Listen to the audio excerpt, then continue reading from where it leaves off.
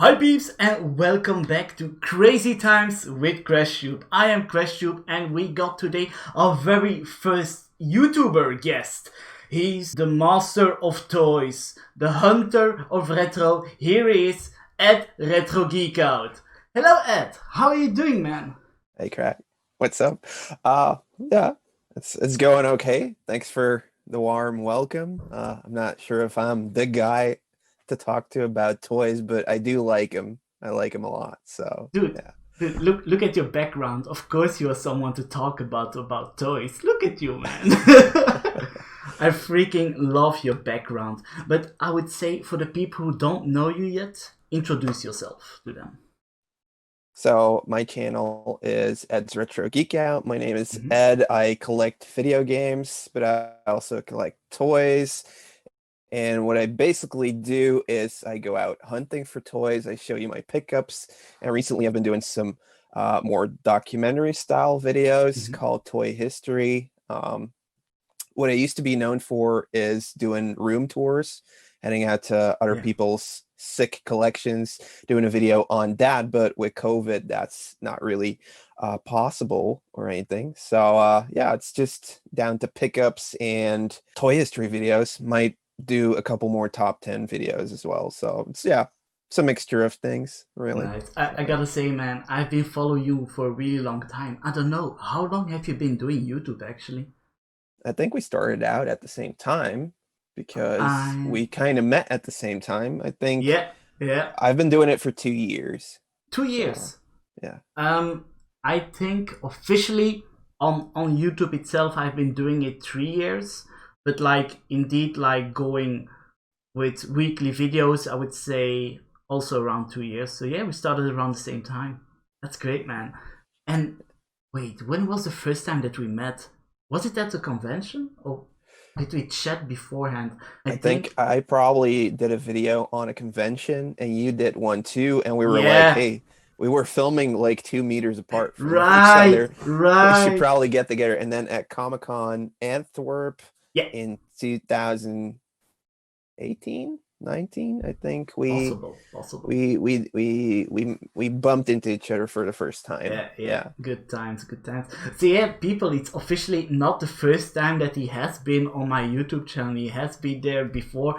A On couple times. Yeah, a couple times. I think two times on Antwerp Comic Con and on Brussels Comic Con. We did a little thing together, but this time it's specifically about you and your YouTube channel. And I gotta say, man, I really enjoyed. For everyone who doesn't know it yet, if you are even a little bit interested into anything retro, this dude is your guy. Now with the crazy times, does it have a lot of impact on you as a YouTuber?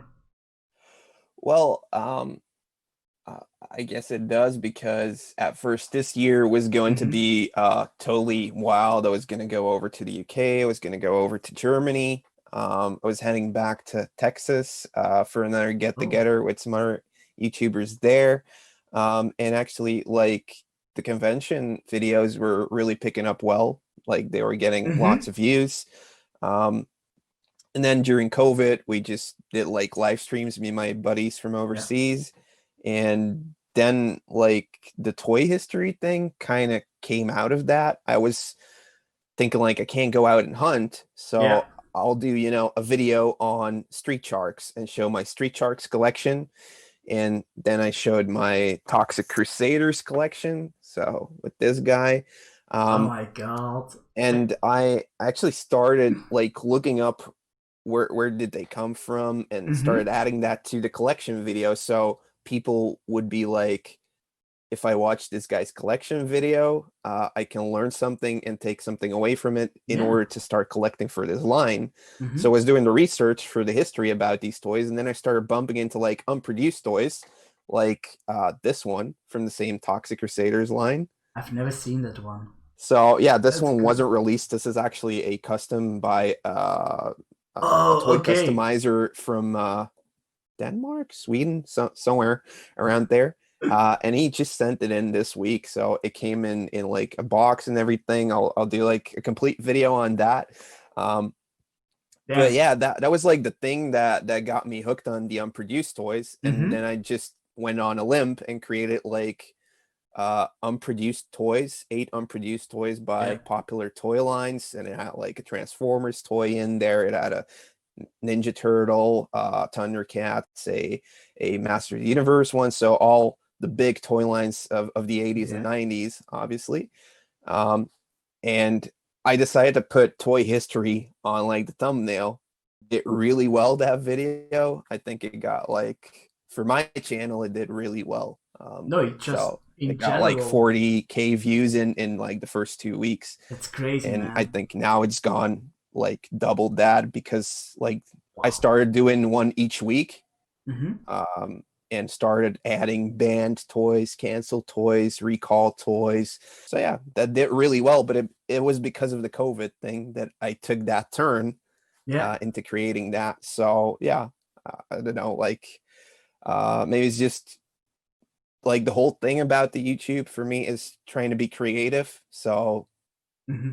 whatever limitations they throw at you, I guess I'll keep making videos that I think are Yeah. interesting.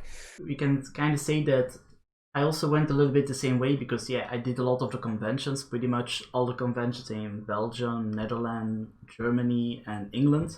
You But did every single one. um, I need to think. It Did was I like do? every week you were going somewhere. You were like, I'm Yeah, so man. tired. Yeah, You were going like man. both days or like 3 days of the convention, even. It's like, Yeah, yeah, yeah. dude. The hardcore days. That's why I start getting the gray hairs because of those conventions, man. So yeah, I also had to think outside of the box and be like, okay, what can I do? And then of course I went more into gaming, and now we got this show. And I was like, oh, that's maybe also fun. So I like to see creative people coming up with new stuff with the situation they are living in right now. And I must say, you are one of the people that I'm like, you made from a bad situation something really good. And we don't know if this didn't happen, would you have come up with this project of Yeah, these two? That's a that's good true. question, right? Like if it didn't Yeah, happen, I wouldn't have the time yeah. to put this time into it, Hmm. or be forced into like I have to do something because I have nothing to Yeah. show. So Yeah. yeah, yeah. I think you already showed it. The latest item that you did add to your collection, was that actually the toxic dino? Um, yeah, Or probably. did you add something else to your collection recently?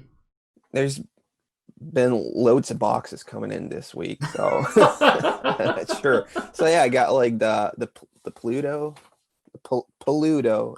Puludo. So it's this Oh, with guy. the box, nice. So Yeah, so that's something. Technodrome Toys made Yeah. this based on the Yeah. photo of the prototype.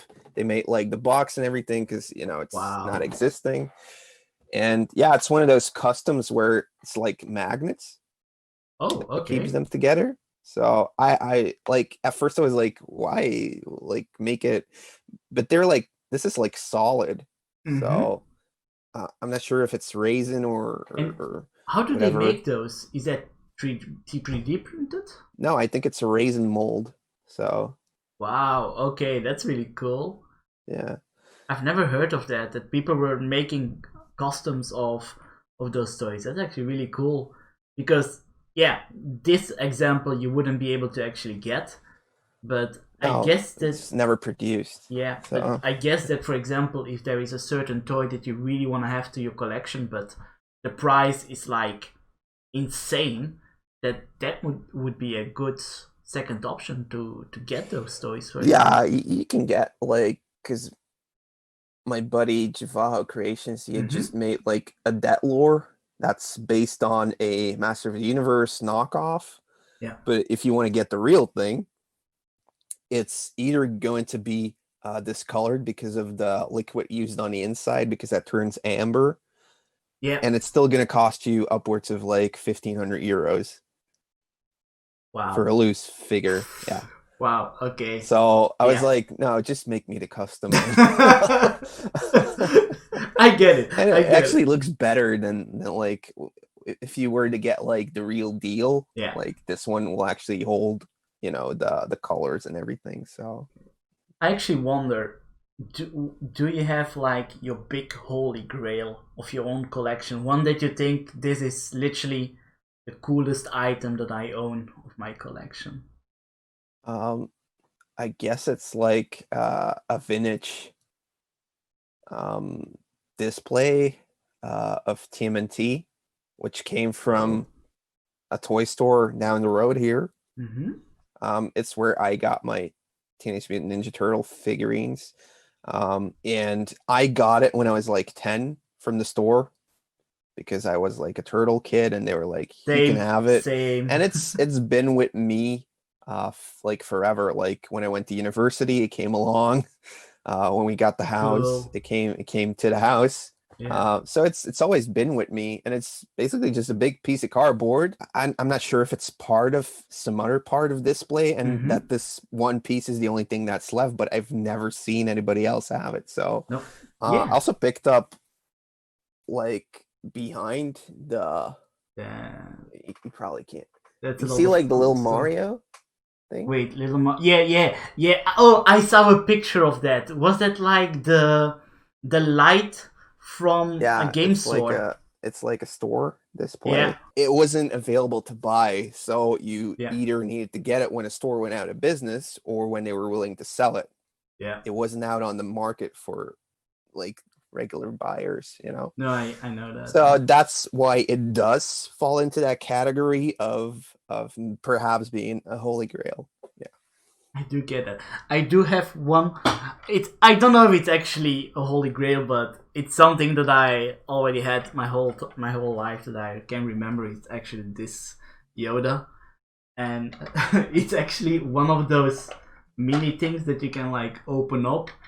It's like a micro machines It's a playset. it's a micro machine, and then you have like the fight of Luke with Dark Vader inside of it. Uh, then you do have his ship over here. Okay. And I don't know, man. I've always had it, and I freaking love it. I think it looks cool. And then you have like the little Luke and Yoda right here. If you would have all the money in the world, what would be your dream item to add to your collection? Just one. Yeah. Yeah. Um Gonna have to think about that. And just to go crazy, it's in mint condition with box. Mint condition with box. Anything. Anything, man. Master of the Universe, Eternia, or a Thundercats layer playset. One of those Ooh, two. that would be cool. That would be Yeah, cool. they're like I don't see them, so it's. I mean, I do see them, but Mm-hmm. like nobody wants to sell, or it's too Yeah, they expensive. keep it. They keep it to it's too expensive. Yeah, I always end up playing Wario Land because that's my favorite. Oh my god, I love that game, man. Yeah. That's like my favorite game of all time. I don't know what yours is, but It's always such a tough question, man. But the one that I always go back is the first Crash Bandicoot. That's really that's a really good one. that's So, really my biggest love of games that I always go back to. It doesn't matter how many did times I you played. did you grow up with a PlayStation 1? I did grow up with the first Nintendo. Then they Okay. gave me I don't know in what order. If I had the Game Boy first or the PlayStation 1. But it was actually from my father. But he didn't play that much, so he did like slowly move from the living room to my room. And there was with the PlayStation that he got like Tomb Raider 2, and there was a demo of Crash Bandicoot of the first level. You don't want to know how many times I did play that demo. That my parents were like, "Okay, we're gonna buy him this game because this kid is gonna go crazy otherwise by repeating the same game, the same level over and over." But that was like such a big part of PlayStation, just playing the Yes, demos. I indeed. played Medieval, the demo, Oh like my god. so many times. Same, same. I've. It's actually really funny that you say that because I did never own Medieval as a kid. I did only play the demo. So I Yeah, but do know. still, you had fun because Of course, playing man. that demo could last like half an hour. Yeah, yeah. Yeah, to go to the next question, which one would actually be the best console ever made? If you Super would pick one? Nintendo. The Super Nintendo. That's a No really good questions pick. asked. That's a really good pick, man. Like, I don't know. The funny thing is, I did never own a Super Nintendo as a kid, but then going back as a teenager and starting collecting retro games, man, it was such a blast for me to discover all those games that I never was able to play. And yeah, I don't know, they're all really, really solid, those games. Yeah, I think what Super Nintendo had and Genesis as well, or the Mega Drive, is Mm-hmm. just the way those games looked graphically was like almost perfection. Yep, yep, you can The still. sounds were there. It was like the best way a game could be up to where they went over to 3D. Mm-hmm. And like, yeah, it was like it's becoming it didn't look realistic, but it's becoming too realistic. You want your game to be a game, Yeah, not something that mimics real life, you know? agree. Um, and like the SNES controller is better than the Genesis one in my opinion. It just has like the perfect layout for the games I Yeah, like. So yeah, so that's my great answer. pick. What's yours? Ah, like, I totally get what you mean, but for me, I have to go with the PlayStation 1 because of the games that they brought. And I don't know, man. It's a real tough question. That's actually why I keep asking it to people, because I'm like, maybe they're gonna give me an answer that I can fully agree with. But yeah, Crash Bandicoot, Spyro. Well, Ed, I want to thank you so much for your time. I did really enjoy this. I hope that you did enjoy it as well. And yeah, for everyone that is watching this, definitely check out his YouTube channel. He's a great guy with an amazing channel, so go give it a like. And you know what? Go leave in his comments that you came from CrashTube. Let's do that. Thanks a lot for being Yeah. here, Thanks buddy. so much for having me over. I hope next time we will be able to meet in person at a convention again and hang out Hell some yeah. more, Hell yeah. talk about some Master Universe stuff and Turtles. Let's go It's always crazy. fun. So And yeah, go. I hope to see you soon in real life next time, buddy. Thanks Cheers. everybody for watching. And yeah, see you in the next video. Bye bye, mate. So here we go, peeps. This was then the end of the 6th episode of Crazy Times with CrashTube. Also, really important news, this Saturday at 7 Europe time, I will be streaming a whole new show called Crash Royale. And I really hope for all of you guys to drop by and say hi and come look at this awesome new show that I am gonna organize and be the host of. And we're gonna invite 2 people that are gonna compete to see who is gonna be the very first king of Crash Royale. So very excited for that. So yeah, follow me on this link to my Twitch channel to get notified whenever we're gonna do this. So yeah, that's all. Thanks a lot for watching, and I hope to see you guys next time. And do not forget, I'm Crash, and I'm out.